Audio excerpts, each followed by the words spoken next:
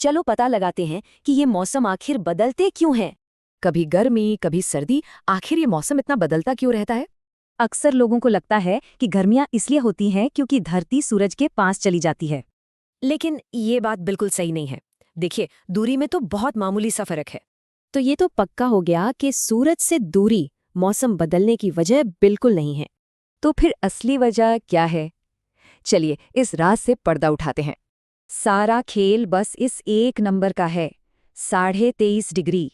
हमारी धरती सीधी नहीं बल्कि एक लट्टू की तरह थोड़ी तिरछी होकर घूमती है। और इसी झुकाव की वजह से धरती के साल भर के सफर में सब कुछ बदल जाता है।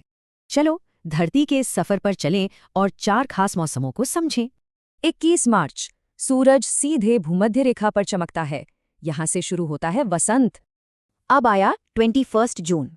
हमारा हिस्सा सूरज की तरफ झुका होता है। आ गईं गर्मियां। फिर 23 सितंबर को सूरज वापस भूमध्य रेखा पर और मौसम होता है पतझड़ का। और 22 दिसंबर को हमारा हिस्सा सूरज से दूर झुक जाता है। आ गई सर्दियां।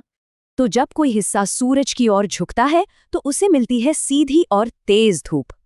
और जब वो हिस्सा दूर झुकता है तो धूप तिरछी और कमजोर हो जाती है, मौसम ठंडा हो जाता है।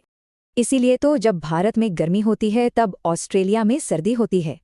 अरे, इस झुकाव के कुछ और भी मजेदार असर हैं। जैसे भारत में 6 ऋतुएं होती हैं और भूमध्य रेखा पर हमेशा गर्मी रहती है। तो बस एक बात याद रखनी है, मौसम का सारा राज पृथ्वी के इसी झुकाव में छिपा है।